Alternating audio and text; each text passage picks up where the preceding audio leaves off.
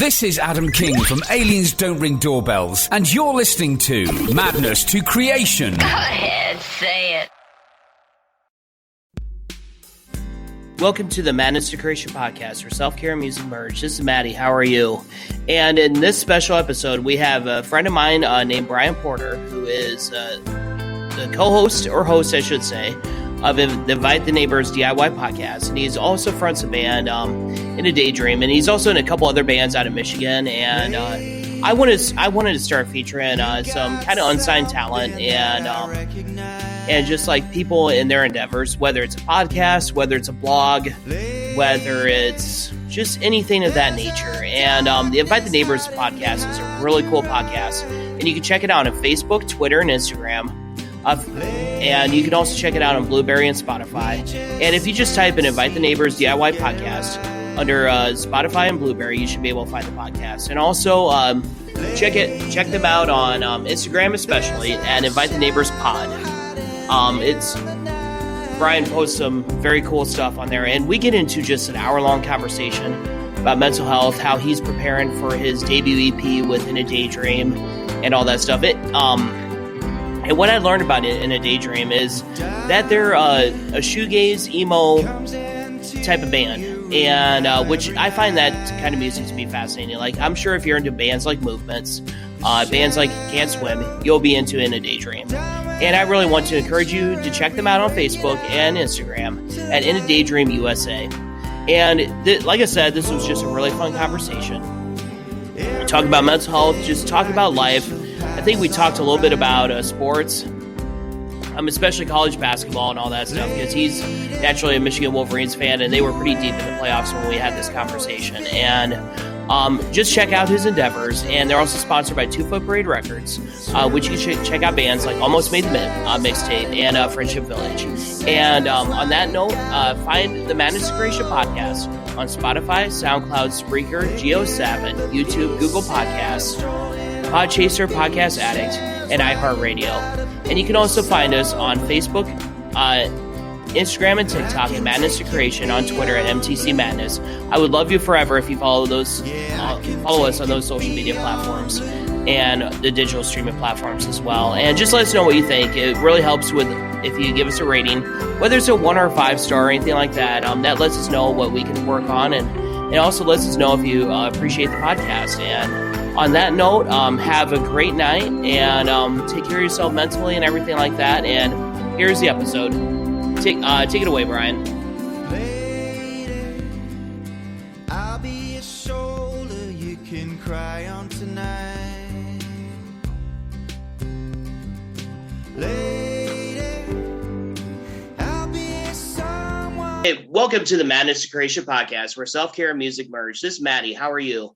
I have with me a good friend of mine, Bryan, from the Invite the Neighbors DIY podcast, which is an awesome podcast dedicated to the DIY scene, unsigned music, and everything like that. And just go to ITN Pod to just add Facebook and Twitter, and also go to Invite the Neighbors Pod and Instagram. And you can find the podcast on Spotify and Blueberry.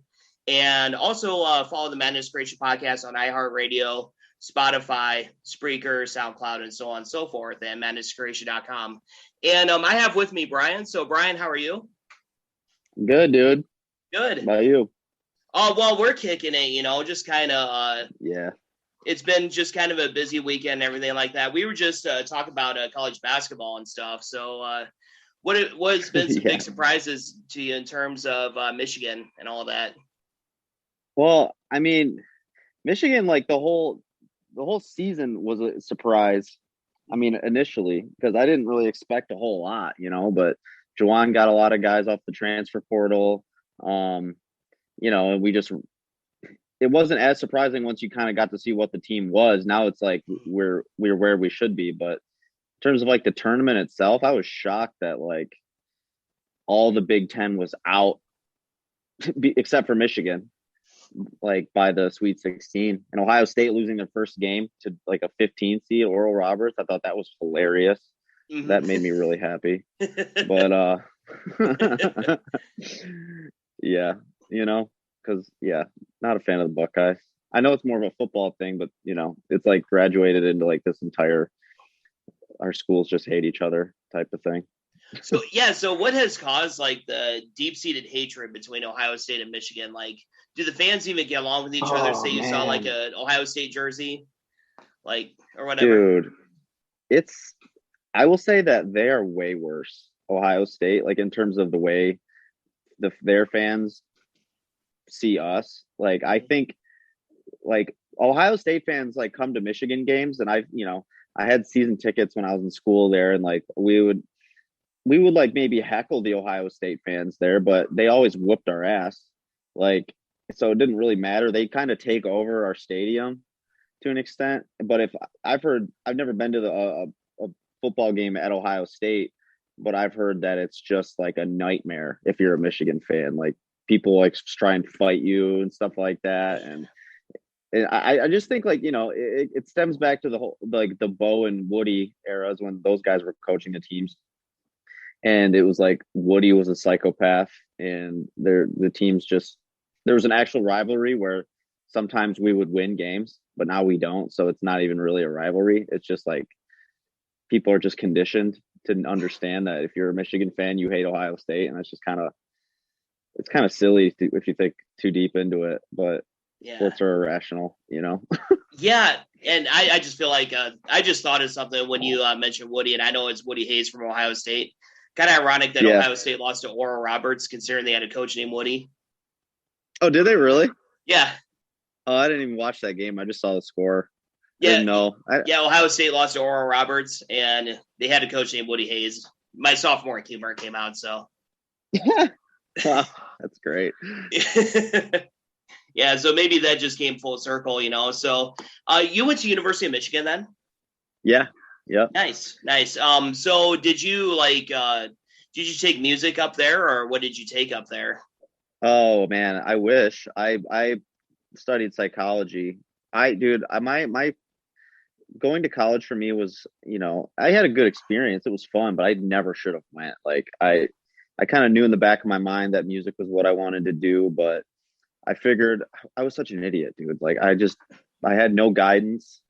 In terms of like, I mean, my parents guided me to go to college, but like they didn't really, I wasn't vocal about how I really wanted to do music. They probably thought it was more just like a hobby. And so no one really guided me to try and actually pursue music in that way. And I figured like, I'm good enough at music on my own. I don't need school for it, because that was just my like arrogant 18-year-old thinking, which, I mean, it was fun. Like I said, I studied psychology. Like, I work in social work now, but I mean, my whole life right now is just my day to day is just trying to gear my life to where like I can hopefully one day quit my job and be like a professional musician / podcaster, because I think that's way more what feels good to me, Yeah, definitely. And and I was gonna say, like, your podcast is absolutely fun to listen to. I absolutely enjoy the episodes from Invite the Neighbors White podcast. And before we talk about the podcast, yeah, I can tell, man, because it feels genuine. And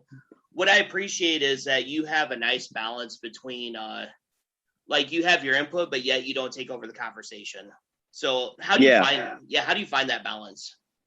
Well, I think for me, I just do the podcast that I want to do. Like, I have the conversation that I want to have, and it just comes naturally. Like, I don't try and force anything. Like, I don't have notes going into it. Like, I feel like the more I mean, this is just for me. Like, some people can plan things and they're professionals about it and they make it seem natural and all that stuff. For me, if I was just like reading off of a notepad, that's just not my style.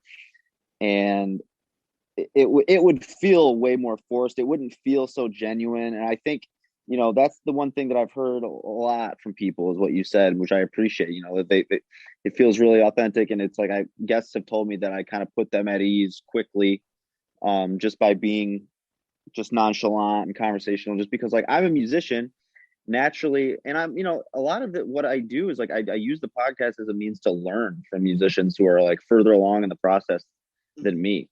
So there's like a genuine curiosity about like how to do it that comes across, I think. And it's, I'll be honest, sometimes it's it's easier for me to get through a podcast than other times, just because like I do that so many of them that it gets to be like redundant at times.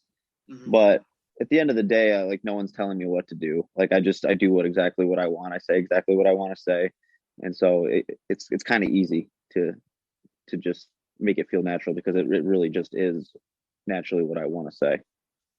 Yeah. So tell me some of the things that you have learned. Like, what is like some of the biggest lessons that you're going to take with your band from the Ooh. podcast to your band in A Daydream?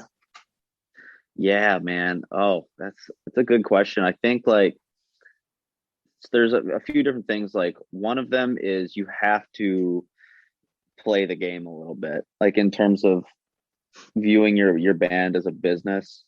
Like there's so many things that like deep down in my soul just like eat at me. Like promoting yourselves on TikTok is one of those things where I guess you don't have to do it, but like you might as well. I mean, it's one of those things, and like using Instagram promotions and like really studying the science of promotion through social media is and learning how to do that is such an important thing. And and just like other like so like little do's and don'ts of touring, like just not necessarily do's and don'ts, but just like strategizing, like you know show swapping with bands is like a big thing. Like I've learned that, and it's good to you don't necessarily have to go on like 2 week long tours when you're starting out. You can just hit a bunch of weekenders, which is a lot easier to do. Like I feel like bands starting out, they think of like the longer the tour, the more established a band is or something, or like that's like a status symbol, which in a way I guess it is, but at the same time you can accomplish the exact same thing, which is all the whole point of a tour is to hit new markets. You can accomplish that by doing a bunch of weekend runs, and it's way less taxing on you in so many ways. So I mean, yeah, I mean, if I ramble a lot, you can tell I'm a podcast host because I can just talk. But like, but yeah, those are two that jump out: the promotion, and then just like the work ethic, the touring ethic. That's definitely required. Yeah, I find the promotion is like one of the most challenging things because like I'm almost 40 years old, which is hard to believe for me. And it just kind of feels Right. like I grew up with a generation of Facebook that I kind of had a revelation like earlier this year that Facebook is dying. And so here I am almost 40 years old trying to promote managed creation and whatever everybody else is doing on TikTok and stuff. And I found that it's just really getting the name out there. So do you have a TikTok by chance? I've made one for my band, but I have not used it at all. I haven't created anything, but I knew that I just wanted to make the profile because, I'm going to start promotion for my record, once I get it back from the producer. Once it's done being mixed, I'm going to kind of start doing promotion. I'm going to film a music video and like chop it up into little TikTok friendly segments. And so it's there, but I have not used it yet. And I'm not dying to use it either. Well, I hear it, man. It's one of those things where after a while it gets fun because I find TikTok to be such a positive outlet. People make a fool out of themselves, and I mean, once you get past the girls dancing, doing these crazy dances on the, you can find some funny stuff. Yeah. Like a friend of mine that I'm gonna have upcoming on. I was high school with her, Marcy. She's this attractive girl, but she created this TikTok and she gets like thousands and thousands of views. She's this attractive girl that makes fart jokes. But she does it incredibly funny and genuine. And she's really recently interacted with Jenny McCarthy on there. So, talking about like how it's hard for her to buy a dress because she has she's big chest, and Yeah, it's hard. It's very awkward for me to say because she's a friend of mine, but she talks about that freely. So, right. So it's just kind of one of those things get you out of the comfort zone. So, have you learned from this pandemic, like how important it is to get out of your comfort zone? I wouldn't necessarily learn that from the pandemic because that was something that I learned maybe a couple years before when I first started playing shows when I was like 27. which I was a freaking late bloomer, big time. But yeah, like just realizing that people aren't paying that close attention to like your every single movement or whatever when you're playing, and like people respond the most to the people that are the most into it. So just like I realized that I would have better shows when I wasn't thinking about the audience at all. And I think that was the biggest thing for me. It was like when I would play shows and I'd be really self-conscious, and I would play shows where I was just like totally just letting loose, and the responses were either the same or they were better when I was letting loose, but which basically just told me that it doesn't really matter that much. I can get away with both. And so why not just do the more fun version? Oh, there's my kitty. But I love cats. Why not? Yeah. Dude, every time I do a podcast, she's always like, she knows. But yeah, like I think it kind of, in terms of like, I guess if I've learned anything from the pandemic, I guess that there's like, there's no such thing as downtime if you aren't where you want to be. And I should practice what I preach here a little bit better, because I still can be lazy, but there's always something you could be doing. I mean, you're a mental health advocate, like you understand as well as I do that like you need to rest sometimes. And this idea of like constant grind, like no days off, blah, blah, blah, that's kind of stupid, and it's kind of counterproductive to, like, in the long run. Like you need to take breaks.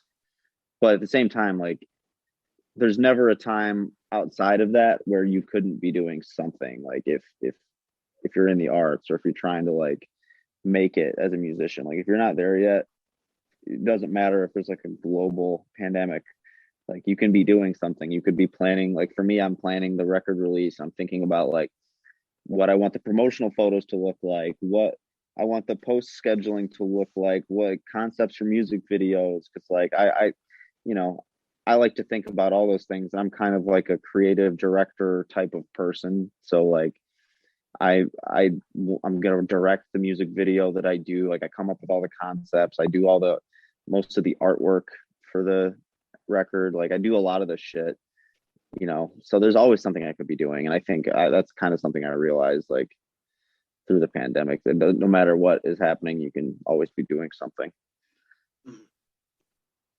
Yeah. And like through the pandemic, like what have you found like through your creative process? Like, is it like the artwork, or is it like just come up with the concepts for the music videos? What has been the most like taxing for you, or most challenging for you? I think the most challenging thing has been like feeling like I'm losing time. Like I'm 30 right now, and this will be my first record, and I'm constantly battling in my head like, is it too late for me? Which is ridiculous. It's ludicrous, and like age is just a number, and like your life is your life, and time is irrelevant. Like if you make the decision that this is what you're going to do with your life, it doesn't really matter when you do that. It's you started the clock when you started the clock. But that's one of those things where I just feel like the longer this goes on, the more I have to fight that voice in my head to just like to keep pushing through, and just to say fuck it, like this is my lot in life. This is when I started. I was always going to start when I was 30 or whatever, and not try and get bogged down by this idea that like the sand is just trickling through the hourglass. So that's been the most challenging thing. Like that, it hasn't really, and trying to get the band together, I guess, to give you like a concrete answer, like actually getting a group of musicians together to learn the songs that I wrote, and so that we can be ready to play when we actually have an opportunity to play. Because I think that is the biggest source of stress for me, is like, am I like getting the live show actually squared away? That's been the toughest thing, concretely. Yeah. Have you you wrote all the music, haven't you, for In a Daydream? Like did all the instrumentation and stuff? Everything but the drums I did. Yeah. I can't play drums. Nice. Yeah. So, I mean, how did you teach yourself music, or did you learn like through watching YouTube videos, or like do you learn by ear? How'd you learn? So when I was in 8th grade, I got my first guitar, and I just you know, I was in seventh grade and I sucked at first. I had a little bit of music knowledge because I played clarinet sixth through ninth grade. Um, so I had like internal rhythm, I guess. But in terms of guitar, like I have a good ear. Like I can hear um notes. I've always been able to like, and I didn't realize this until like someone pointed out to me like once I started playing guitar, but I can hear a note. Like what I would do to learn, answer the question is like I would listen to some of my favorite bands. Like at the time when I was learning, it was like Green Day, The White Stripes, Blink-182, like Census Fail was one, bands like that. And I would listen to the songs, you know, once I had like a year of just noodling and fucking around playing power chords under my belt, I would listen to stuff and I would write my own tabs. I would write tabs to the songs I liked by ear and I would just like listen to it, find the notes, and then tab them out. And then I would learn a bunch of songs like that. And then, you know, around 10th grade is when I started writing my own music. And that was just basically, at first I was just copying, you know, in a lot of ways. I feel like that's the process for a lot of people. You just like your own songwriting is just copying your influences to an extent until you finally slowly start branching off and the stuff you write starts to sound like you, hopefully. Some people never get there. I'll be honest. Like some people always just sound like their influences and nothing else. Like I'm not going to lie, but you know, I think that I'm fortunate. Like I'm ADHD. If we're going to get tie it into mental health, like I'm super like ADD. And I think that helps my songwriting be unique because like I might bring in a lot of influences in one song and, you know, the structures are always interesting, you know, so it's not gonna like, it might start out sounding like, oh, this sounds like this band, but then by the end of the song you might have thought that 3 or 4 different times about different like influences. So in a way it's more unique to me than I think like my early stuff, you know. Yeah, definitely. And do you find it hard to you mentioned ADHD just a little bit ago. Do you find it hard to like cope with mental health with ADHD? Like since it's because it seems like you would have like a bunch of thoughts racing at once and get distracted easy. Is that a little bit hard for you to focus like in your songwriting or in your job or in your life or anything like that? Yeah, it's the hardest for when things I don't give a shit about, like or not necessarily I don't care about, but things I don't want to do. Like it's really hard with my job to like start tasks. Like I'm a big procrastinator and somehow it just feels like it's this enormous mental effort that's required to start like a menial task. And it does affect me in like my music too, because like it's so hard to like just make, like you think of like, oh, I should go play guitar, like, oh, I should go, because like I said before, there's always something you could be doing. So like finding just the serenity required to just like choose one of those things and just go pick up the guitar and start strumming, or if I need to tab out bass parts for the bass player to learn, like just go grab the book where I write tabs and just do it. Like it's so hard to just like single out one of those things that needs to be done and just start doing it. Once I start doing something like music related or podcast related, I can hyper focus in. That's another like ADHD trait. You just hyper focus and then you're good. Like once you're in it, like you get a little momentum, then I'm fine. It's the hardest thing for me is starting stuff, you know? Yeah, and I'm very similar in that aspect. And I don't have a diagnosis of ADHD. It's more anxiety based. And it's just a matter of just once I get started and then I find myself become a bit of a perfectionist. Would you say you're a bit of a perfectionist too when it comes to your podcasting or your music or anything? The podcast, I'm not. Like I kind of take like a raw sort of DIY approach to it. I honestly, and that's what I appreciate about it. Yeah, I mean, I should be a little bit more of a perfectionist in terms of like making sure the audio quality is consistent from episode to episode. I've gotten lazy about that during the pandemic, but you know, once I'm doing mostly like in-person stuff again, like we're gonna go back to just like a consistent audio quality. And sometimes different guests require different like workarounds because Discord sucks, and sometimes I'll have to have them call and put them on speakerphone with a room mic. So there's gonna be like variances, but that doesn't matter so much. But in terms of music, I can be, and I think the reason I am the person who writes everything is because I mean, one, I have really strong visions for things. Like I know exactly how I want stuff, and I need to have at least one project musically where I have all the say, because like if I don't get to fully realize the visions that I have for things in my head, and at least something, I won't feel fulfilled. And so like I'm a perfectionist in the sense of like I just want things how I want them to be. Like I'm not a perfectionist. Like I need, for instance, like when I went into the studio to record this record, like I only really went in with the drum parts were done, and I knew my one guitar part that I had written the song, and the main vocal.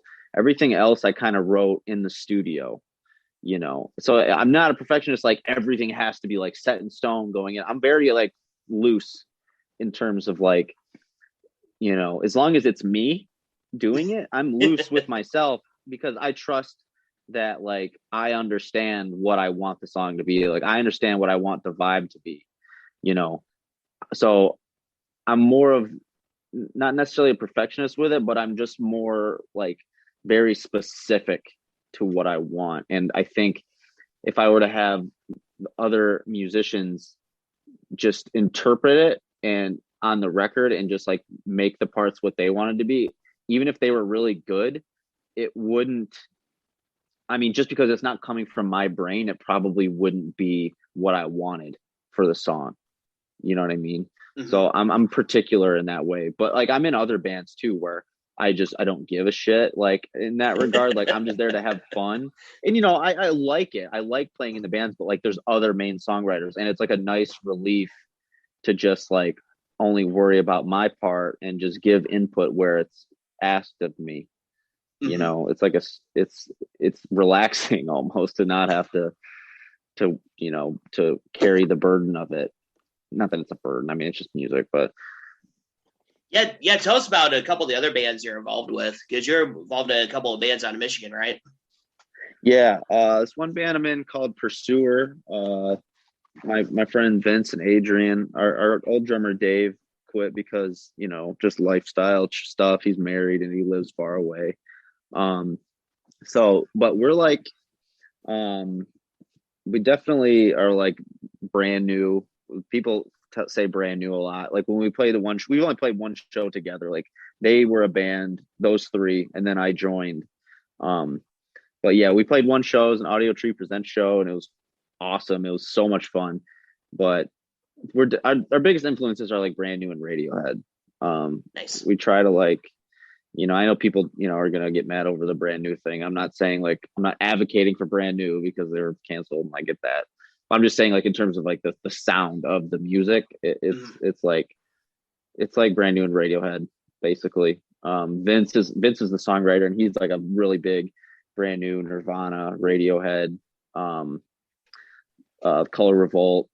Those are some of his big influences, and I fit in well. Like I just, Vince plays like the main guitar parts, and I just get to kind of let loose and play lead, and I try to really. My biggest influence, I would say, is like Circa Survive, like the types of, like I try to do lead stuff that you would hear in like a Circa Survive song. Like that's like my palette, if you will, of sounds and stuff that I try to draw from, like that, and like OK Computer era Radiohead. Those are the types of sounds I try to get. Yeah, I would love to get Circa Survive on your podcast, by the way. I think that would be a killer interview. I might have to like. Yeah, I might have to change my pants before I start that one, dude. I would be like, that would be like, see, like I've thought about like all the different bands that I really want to have, but like I don't want to ask yet. Like I'm almost not afraid, but it's almost like I want to have a more like established. I don't even know what it is in my head, but I plan to have all these bands on. But I just kind of like want to work up to it, I guess. I don't know. Yeah. So do you have like a checklist of bands you want to have? Like what would be on like your top 5, top 10 checklist? Ooh, man. I mean, obviously like Radiohead would be insane. Max Bemis from Say Anything. Oh, that'd be a good one. Yeah, he was my hero in high school. Let's see. I would really like to have Eva from Charlie Bliss. I really like that band. Ace Enders from Early November would be on there, just because he was another huge influence on me. And then I would love to have Andy and Kevin from Bad Books. Andy from Manchester Orchestra and Kevin Devine. Okay. That would Are they be still making amazing. music? Yeah. Okay. Yep. Manchester's coming out with a new record like this year, like in the next couple months. Wow. Yeah. And then Bad Books 3 came out in 2019, and it was like an all acoustic Bad Books record. But dude, they're so good. Oh my God. Yeah. Circus Survive would be amazing too. Mm-hmm. But yeah, Circus Survive. I saw them. They had a co-headline tour with Thrice. I'm a big Thrice fan. Like, oh yeah, that'd be Dustin sick. Kensrue of Thrice is one of my heroes in music, and I know Thrice gets some flack because some critics call them like a Radiohead ripoff a little bit, but people said that about Muse too, and it's just like, I feel like that's just like, people like that are just boring to me. That like they can hear some influence, like who, as if like being influenced by Radiohead is like a knock. Thrice is not a Radiohead knockoff. That's so dumb, dude. If I was in a band, so dumb. Yeah, if I was in a band and they said you sound like Radiohead, I'd be like, hey, thanks. That'd be a huge compliment. Yeah, as if they have a patent on the sound. Like, no, that's not how art works.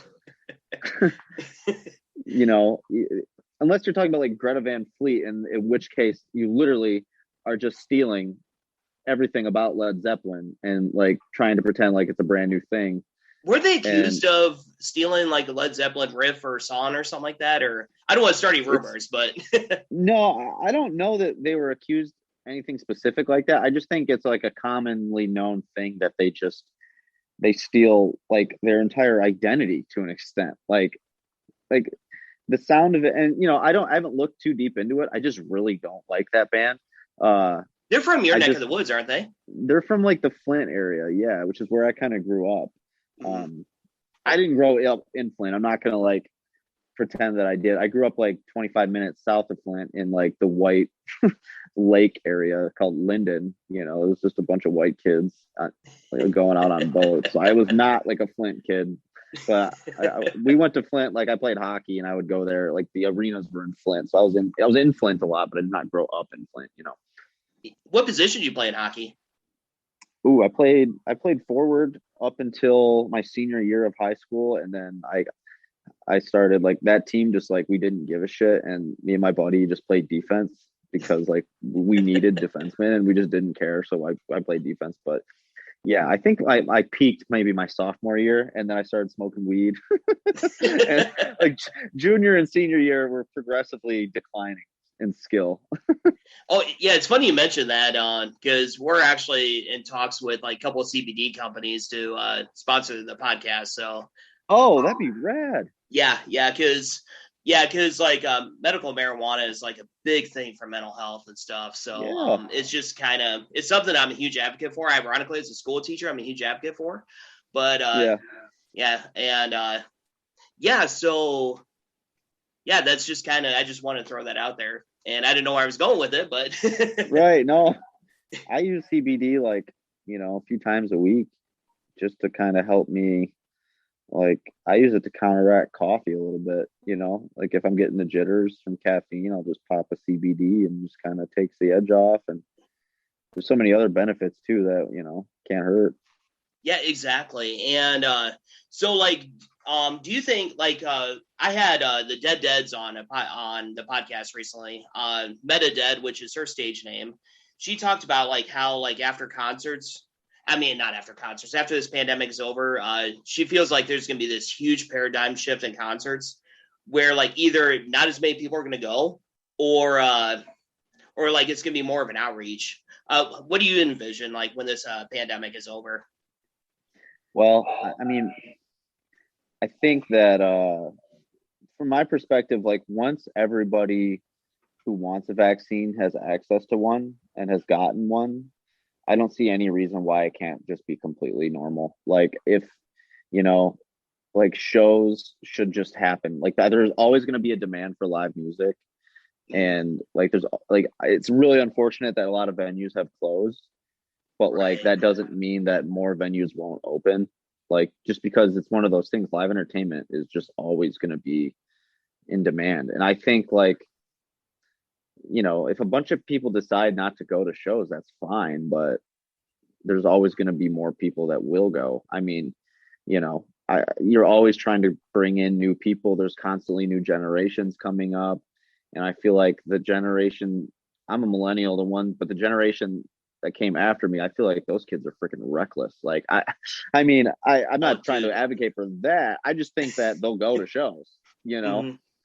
And I think the venues will look different. I think, like, to be frank, I think a lot of unnecessary precautions will be taken because, like I said, I think this is scaring people. And I think that, like, but if you think about it rationally, and I'm not a scientist here, so I'm not like trying to soapbox, but Right. I think for me, rationally, like, if you can get a vaccine, if everyone who wants a vaccine has access to one, then why can't we just go back to having full capacity shows? No one's answered that question for me, you know? Like, I don't agree. see why. It's like, I heard like somewhere like where we might still have to wear masks after vaccines. It's like, I mean, Right.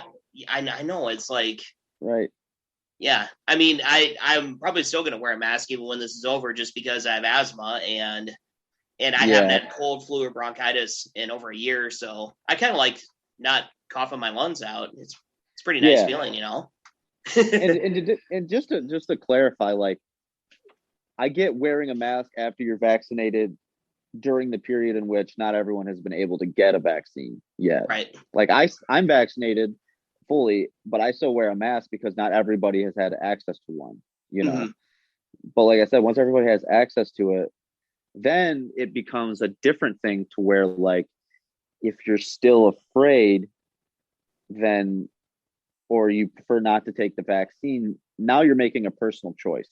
You know what I mean? Mm-hmm. Now you are assuming the risk, you know, and that you have the right. It's no longer like, in my eyes, it's no longer like a public obligation to protect those people. I think it becomes on those people to protect themselves because they have access to like a vaccine that is shown to work, but they just choose not to use it for whatever reason, or they can't, or whatever. But like, at a certain point, society can no longer be on the hook for like protecting everyone. I don't know. I don't mean to sound like harsh, but I just don't see it as making sense to like continue these restrictions once we've reached the point where everyone can be vaccinated. Oh yeah, I agree. It's like there comes a time where, like, I don't want to say we got to get back to normal, but there come, you know, like, COVID, to me, COVID is more than a virus. It's also has impacted our mental health. Like, suicide rates have gone up over 300%, and mental health cases have gone way up. Like, a photographer of mine, who somehow found Madness Creation last year, he photographed for Metal Hammer magazine, which is one of the biggest magazines for rock music in the world. Cool. And he showed me a video of like people just like jumping off the bridge at Brooklyn Bridge, like left and right, from this pandemic. And it's just like, it's freaking wild to think about because, you know, it's impacted our finances. It's impacted our whole lives, you know? Yeah. And people don't see a way out, you know? Right. And that's what I think, like, part of the worry that, you know, there will be like this change in the way shows are. And even if there is, I think that's like more of a residual anxiety than like an actual risk, you know? Like, I think if shows don't look the same or people are afraid to go, it's not based on like a real threat. I think it's based on like this conditioned anxiety that this pandemic like has had that effect on people. Mm-hmm. You know, like, you watch TV and if people aren't wearing masks, it feels weird. You know, it's like we're conditioned like this is the new normal, you know? And there's been pandemics before and people get vaccinated, and then after a while there's like this herd immunity or whatever. Things will go back to normal. It's just like we're so in the middle of it right now that it's hard to see that, I guess. But I don't know. I keep coming back to the same point. Yeah, it's all good, man. So what's the first thing you want to do when President Biden or Governor Whitmer says, hey, this is over, we're opening everything up? Ooh, I do. I just want to go play music, and I want to do stand up. I love doing stand up. I do a little bit of stand up too. Oh yeah, yeah, man. I've only done it twice, but like that's one of my pipe dreams is to it's like if I want to be a touring musician and a podcaster, but like when I'm not on tour, I want to live somewhere where I can like go up and do stand up as a hobby and just see where that goes too. But so I really want to get back into that. I just want to play shows and I want to just like go out with my friends and just go have a beer somewhere with like a lot of people and like talk to people without masks on and just feel normal, because like I haven't done that. Some people have done that and whatever, I'm not one of the people that's gonna like get up on my soapbox and say, oh, they're awful, they're terrible. It's like I might have my opinions, but I don't think that highly of my own opinions all the time. Right. So like, but yeah, just basic social interacting is what I want to do. Go out on a boat with some people. You know what I mean? Yeah, and I think for myself, like, I'm not. Once I make plans, once it's over, once I make plans with somebody, I'm going to do everything in my power not to have something come up or cancel those plans, because it made me realize like how much I took some people close to me for granted even. And it's like I've like messaged them and called them and been like, I apologize for taking you for granted and stuff like that, and that kind of weighs on me a little bit, and I try to be a good-hearted person, and but sometimes my head gets in the way. And and I think that's one of those things too, where like I get that way too, where like I'll find myself wanting to get out of plans that I initiated, and I same, and then I just feel bad, but I feel overly bad about it. Like I feel like I'm really letting someone down, which a lot of people just like are glad when things fall through. Like it's not a personal thing. They just like, sometimes I know I'm this way. If someone calls me and says they have to cancel on something, I'm not like heartbroken usually. I'm usually like, all right, cool. And you got to realize that that's usually how people feel when I break plans with them. They're like, all right, cool. We're not that important to anyone to where it's going to be a devastation when things fall through. You know what I mean? Exactly. Yeah, I definitely feel that, man. So, yeah. And what else was I going to say? On your podcast, tell me your your favorite moment or your favorite couple of your favorite guests that you've ever had on. Oh yeah. Okay. So a really easy one is Ben from You, Me, and Everyone We Know. Because that was a good one, by the way. Thank you. Absolutely. Yeah, dude, that was surreal. That was like it. That was one of the moments where I realized, like, I thought, like, okay, if me 10 years ago were to find out that in 10 years I was going to be having a conversation with someone I idolize, and on like a human level too, it was like, you heard it. It was just very like friendly. And I'll still like message Ben here and there, and we'll just like, or like, follow each other on social media, which is fucking insane. Like, so that was just like an eye opener where I've never felt more pride in myself, I guess, than when that was happening, in terms of like, I built something, my first episode I did, it was just impromptu in a friend's basement, because I had already told people that I was doing a podcast, but I hadn't done any episodes yet. So I just figured, all right, I just need to do this and just see how it goes. And from that to like having a conversation with one of the people I really looked up to was just like, it was just an insane sort of like, this is my life sort of moment. And so it's one of those things that like keeps me going when I think about like how far I still have to go, when it feels like this insurmountable hill that I'll never be able to fully climb, blah, blah, blah. And I just think about like, well, this would feel like a major success to me in the beginning. So I need to look at it that way now. Yeah, So, definitely. so he was definitely one. In terms of like maybe more local bands, I really, a lot of them blur together because I've done so many of them. And if I wasn't like a huge fan before, it's like I won't necessarily remember all of them. But like the ones that like I've, so I don't mean like if anyone who's been on the podcast hears this and like is like upset that I'm not remembering them. Well, one, I've done over 100 episodes, so I don't think anyone's going to think that. But like, if just because I don't mention you right now doesn't mean that I didn't have a really good time. But like the ones that I remember like really having a good vibe with was like Anti-Ghost from Detroit. Like I really enjoyed hanging out with those guys, and I can't wait to have them back on. What kind of music do they do? They're like post-hardcore, kind of like fast, like punky hardcore. Oh, nice. Not post-hardcore, but like it's like faster, heavier, like Nirvana type shit, I guess. They're a 3-piece. Yeah, they're worth checking out for sure. Anti-Ghost. Nice. And got them on my list.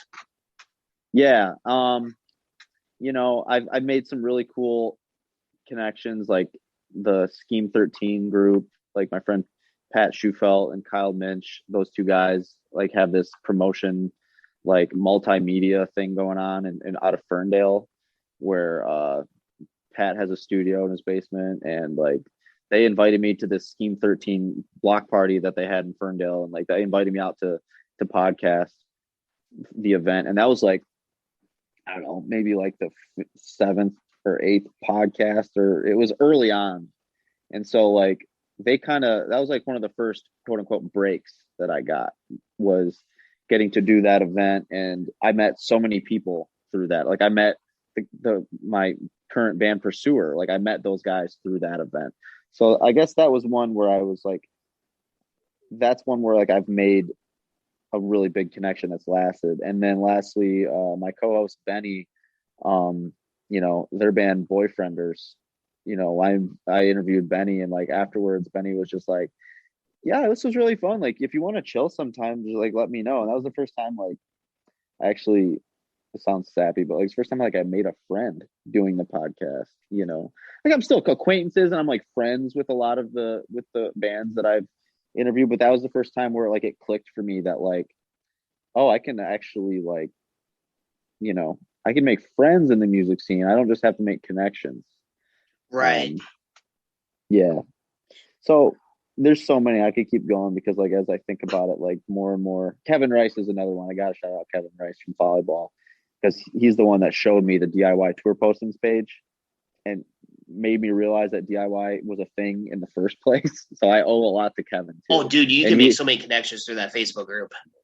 Yeah. And Kevin owes me breakfast too, because I paid for his food at Fleetwood, but that's okay. I'll see him again. Yeah. And like, I really like the connection that you and Benny have on the podcast. It seems like you guys really bounce off each other really well. So yeah. When Benny decides to show up, we have a good dynamic. And when Benny's not on their phone and decides to show up for the episode, I'm just saying this because I hope Benny hears it. Get off your phone, Benny. Yeah, Benny, get off your phone. Yeah. So do you have any episodes coming up then? Oh my God. Yeah. I'm booked until July. Like I'm booked in like one episode, at least one a week until July. So the podcast schedule is set for through the summer, and I'm constantly getting, when I say constantly, I mean probably 2 or 3 a week. I'm getting new requests and stuff. So it's easy to stay booked now, which is nice.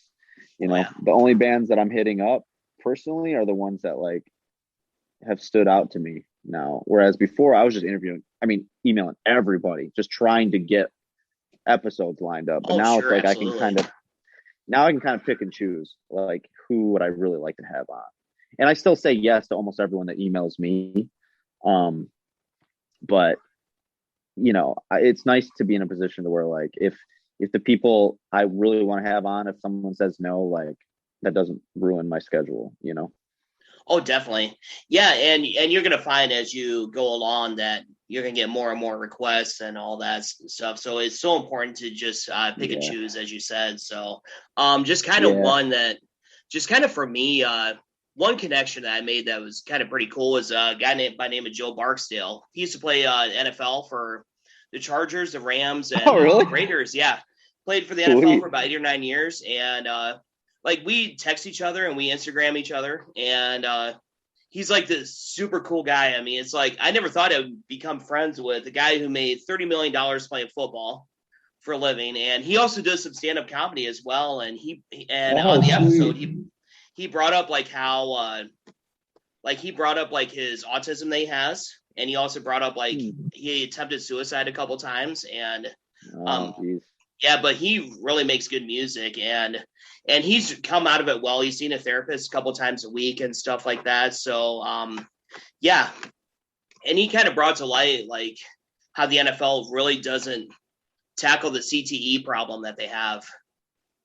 Right. Yeah. It's like almost like they're doing like a baseline, like save face level of trying to address it, but you still don't know what's going on behind the scenes, like what types of politics are being played with the doctors, and like if they really need a player back earlier than what the doctor says is good, do they fire that doctor? Like, you don't know. I guess you don't know what's going on and what the exact they say he's in the concussion protocol, but they don't really detail what the protocol is, and it doesn't seem to be that the players are fully satisfied with what the league is doing.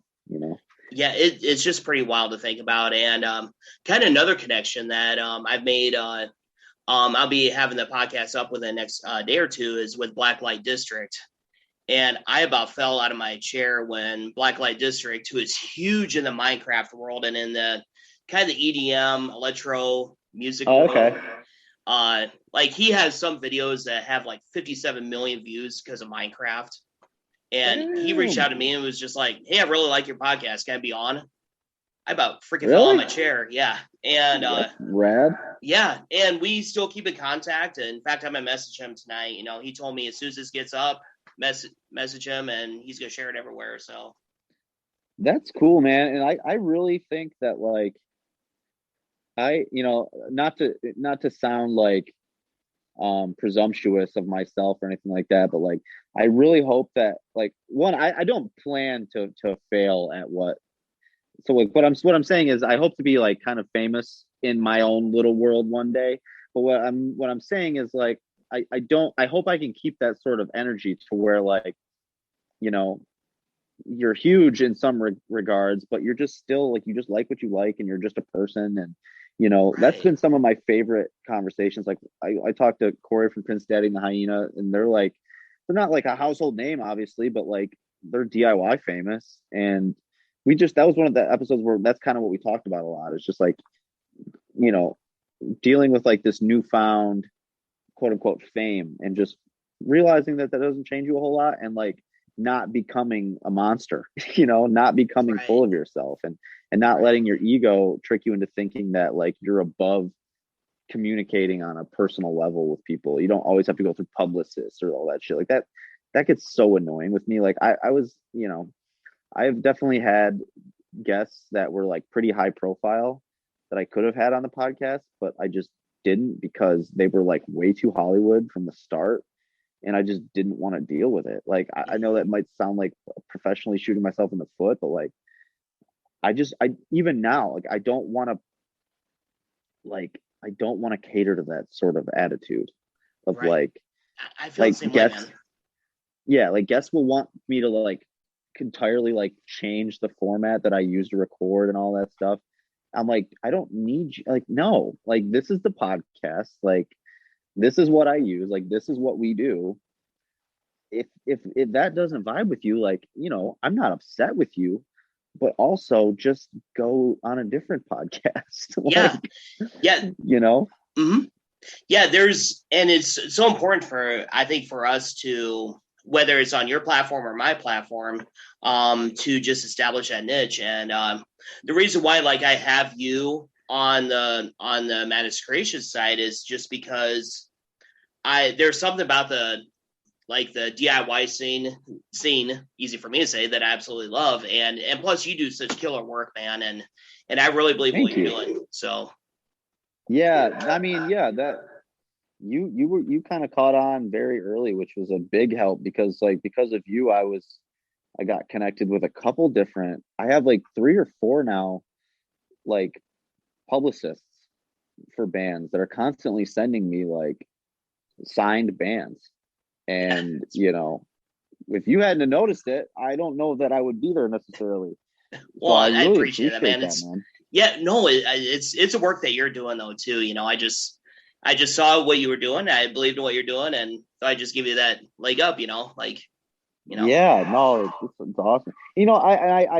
I get it though too, because I also believe in what I'm doing. Like I wouldn't be doing it for this long if I thought if I was just clout chasing, or because I will say that like there are some people that like they every podcast is different, you know what I mean? Like there's a lot of podcasts that are, I don't know, obviously I'm going to be biased towards my own, but for sure some podcasts like in the scene that I've noticed are like they're good for what they are, but I don't think that they are trying to do the same thing as what we're doing. Like I think that like our goal of like literally trying to give a voice to like every band that wants it, and like and give bands just a platform to tell people what they're all about. Like other podcasts will like figure out like who are the hot bands of the moment and then just talk about them, or like only get those bands on, and it's like it's clearly that it's clearly just more catered to like what's going to be the most trending thing at the moment. And that's probably a smarter business way to do it, but I truly believe in what we're doing in terms of like wanting to actually get to the bottom of like the depths of the inner workings of the artist, and like figuring out like what inspires them. And because like one of the reasons I started it was because I first started seeing like DIY Twitter and Facebook and the Instagram and the way people promote themselves, and like feeling like there wasn't a whole lot of like authenticity or like, not that it wasn't authentic, that's the wrong phrase, but like right. There wasn't a lot of like genuine emotional depth in the promotion. And like these bands would, like in terms of their music, it's clearly emotional, a lot of it's emo, a lot of it talks about things in the lyrics, but like they're promoting it like they're all comedians, and it's like no one's talking about what it is that inspires them. No one's talking about like the meaning behind the art that they're putting out. And I think we're one of the only podcasts that tries to get to the bottom of that, I think. And so that's why I really believe in what we're doing, and I'm going to just keep doing it. But I'm not trying to say that our podcast is better, or like those there isn't a need for those other ones. There definitely is. Like, yeah, I'm not trying to like compare in that respect, but I just think that like for someone trying to hear me say what my podcast is about, like it's that, and like we joke around a lot because that's just my sense of humor. But I feel like it's a good mix. You know what I mean? Like, yeah, definitely. We joke around a lot, keep it light, but also like we'll get deep too, and get emo and talk about the real stuff. Yeah, and I figured out on my end that as I've gone along, like at first I'd be like, here's a mental health question I have for you. But then like I interviewed a songwriter and producer named Ethan Gold, who is out of Los Angeles, I want to say. And he's done like scores for soundtracks too and all that. And he did not hardly want to talk about his upcoming album. He just wanted to talk about mental health and his struggles with me. Huh. And I'm like, I was just like, that is just wild. And he was just this introspective. You could tell he was an introvert, but all of a sudden he just started pouring everything out. It almost felt like I was. I hate saying this, but I almost felt like I was a psychiatrist. Like therapy. And he was like laying on the couch and stuff, and like it was just something that you're doing just feels authentic and all that. So and then people are gravitating towards that, like I think sometimes people get tired of just the constant joking you hear on on some podcasts and stuff. People want some authenticity in their lives too. Yeah. And I think we're going to see the pendulum switch back to where people want what's real, Yeah, that would be nice for me. But I think I do think that when you said like, I understand you like hesitating to want to call it therapy because you don't want to like insinuate that somehow you're like the therapist role or something. But I think that it is therapeutic. A lot of times, like a lot of conversations I've had have been like, therapeutic in a way, because just talking about things is therapeutic. Like there doesn't have to be like this power differential, like where one of you is the client, the other's the therapist. Like just like talking to your friends is therapeutic. And I talk to a therapist, but our relationship is very just like friendly. It's like, it's me talking through my interpretation of what's going on with me, and a lot of him just listening and correcting me or just like asking me questions. But it's a lot of me just like talking it out, my emotions and stuff. And a lot of times, like just saying stuff out loud is going further than a lot of people will go in terms of their own emotions. So just the act of doing that can make you feel better, Oh, I agree 100%. And tell me about like the music coming up for In a Daydream. I feel like we haven't covered that enough. So just tell me like maybe a couple singles you might have out or that you're preparing to release. I'm just gonna give you the floor. Yeah. So I think I'll kind of explain, like, rather than like giving you the singles, I'll tell you like what the record is kind of about. It's kind of like a long EP, and it's about so when I was 22, my best friend passed away. It was tragic, obviously. Yeah, it was rough. But sorry to hear that, man. Yeah, I mean, appreciate it. But like so that kind of started this sort of, and I was raised kind of religious, not Catholic, like not super religious, but my family like went to church here and there. But I had this falling out with religion in high school, and I remember my friend's death, that just kind of started like a downward spiral for me. And there were just like a lot of things emotionally that I was not dealing with very well, and that kind of turned into like my relationships started to suffer. And I was just going through it, you know what I mean? And there was like a 3 or 4 year period where like it wasn't all necessarily related to him, but I kind of channeled that process of grieving and kind of coming out on the other side into the record. And like the record is like, it's it's not entirely autobiographical, but it kind of it follows the course of like the beginning is like when something like some major loss happens and it's fresh. And I use religion as like a like apathy towards religion as like a gravitational center, and so it starts off like something, you experience a major loss and you're just completely disillusioned with religion, kind of like, well, how could you let this happen towards like God or whatever. And then turning that into now your relationships are suffering and now you're being bad in relationships, and then starting to feel like somehow you're at fault because like you're processing things poorly, and then you start making bad decisions, and then you start you don't let yourself off the hook. So you're looking at all these things you've done and the people you've hurt as a result of the pain that you felt, and now you're putting that on yourself. And then but that's kind of like the middle point. But then like the last couple of songs, like the second half, I try to like start showing where like how you get out of those things. And like there's a song about having like a friend or like a loved one who's there for you and can kind of check you on like your negative thought patterns, and like how you're fighting with like this idea in your head like that you're bad, but then you have a friend who's there to tell you like you're not. And so like in your own head you're kind of fighting like, what am I even?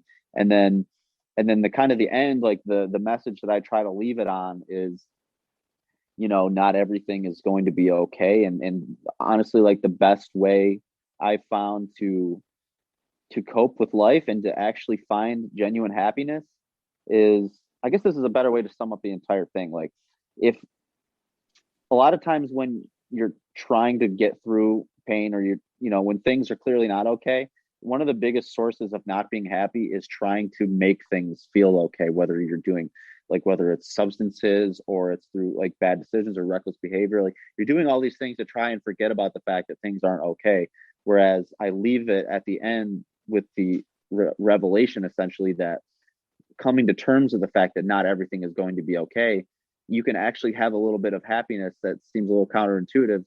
But like, when you recognize and embrace and just surrender to this idea that things are not okay, you're living in the real world, and you can like latch onto something real, and you can find there's serenity in that, and there's like peace in that, and you forgive yourself for going through it. You know what I mean? And you realize you're not defined by the bad things that you do. It doesn't make you a bad person to do bad things, when you're going through shit, and you're allowed to change, you're allowed to be happy, even like in spite of like these negative things, Yeah. And it kind of just brings up a thought I had, like how forgiveness, like whether it's towards somebody else or towards yourself, is so important, because it doesn't allow like that person or yourself to do it again.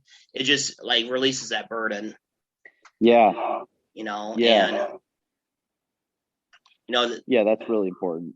It's not like giving yourself permission to keep repeating the same mistake, but permission to forgive yourself and like be better, Mm-hmm. Yeah. So what I usually ask people, like, on this podcast, like, what's like your goals for this week? Like, what do you want to accomplish? Whether it's like your podcast, music, mental health, what do you want to accomplish? Oh man, I want to just get through the week without yelling at my boss. Sorry, I'm moving upstairs and turn the light. There we go. Yeah, I would like to just keep a positive mindset and just not get carried away by the feelings of negativity I have from 9 to 5 every day. And just to keep, this is like it's always the goal, just to maintain a sense of gratitude that, like, even though I'm not where I want to be, like, even being in the position to pursue what I want to be doing and to have the talent and like the ability and like the lot in life to where it's like, I can even try and do something cool, like be a musician, is like, that's like a 1% type of privilege in its own way. And just to kind of maintain gratitude towards that and keep that perspective and not get bogged down. You know what I mean? Like, I want to, in the concrete goals, like I want to always be writing something, I want to make sure I put my podcast out every week. Sometimes I don't. Sometimes I just am lazy or depressed and I just don't do it. So my goal this week is to get one out. There you go. So yeah. What'd you say? I know you said earlier, but what'd you say the next episode is going to be? Who's that going to be with? Oh, that is with it's one of my friend Kyle's bands. Well, I just did 2 episodes with the guys from the Scheme 13 group. They have a couple different bands, and I can't remember which one was on, but it's definitely with one of the bands that my buddy Pat Schufelt is in. It's either him or the one Kyle Minch is in, but one of their projects is the next one. Awesome. And that'll be out probably tomorrow. But, awesome. And where can people listen to Invite the Neighbors DIY podcast? Dude, it's on Spotify, Apple Podcasts, Google Play, Stitcher Radio, and definitely follow us on Spotify or subscribe on whatever you use. And like, if you can go to our website, it's invitethενeighbors.blueberry, which is spelled BLUBRRY.net. So invitethenneighbors.blueberry.net, and there's links there. You can listen to every episode there. You can download every episode there, and there's links to all the platforms to where you can subscribe to your platform of choice. And then we always post new episodes on Instagram, Invite the Neighbors Pod on Instagram, and then on Twitter at ITN Pod. We're always posting random stuff. So awesome. That's where it is, dude. Awesome. And how about In a Daydream? Where can people find your band? Oh yeah. We are on Instagram, In a Daydream USA. I almost made it In a Daydream Earth just to be a dick, but no. No, it's In a Daydream USA. Twitter, I think, is the same thing. Yeah, that's where we don't have any music out yet, but like our first record is being mixed right now. It'll be out later this year. Awesome. And I'm definitely looking forward to hearing the record, and I promise you a review of the record as well. And hell yeah. And Bryan, it's always good to talk to you. And yeah, man. Likewise. Yeah, always message me if you need anything, okay? Yeah, for sure, dude. I appreciate it. Yeah, absolutely. And I'll let you get doing what you're doing, all right? Cool, man. Thanks. All right. See you later. Later.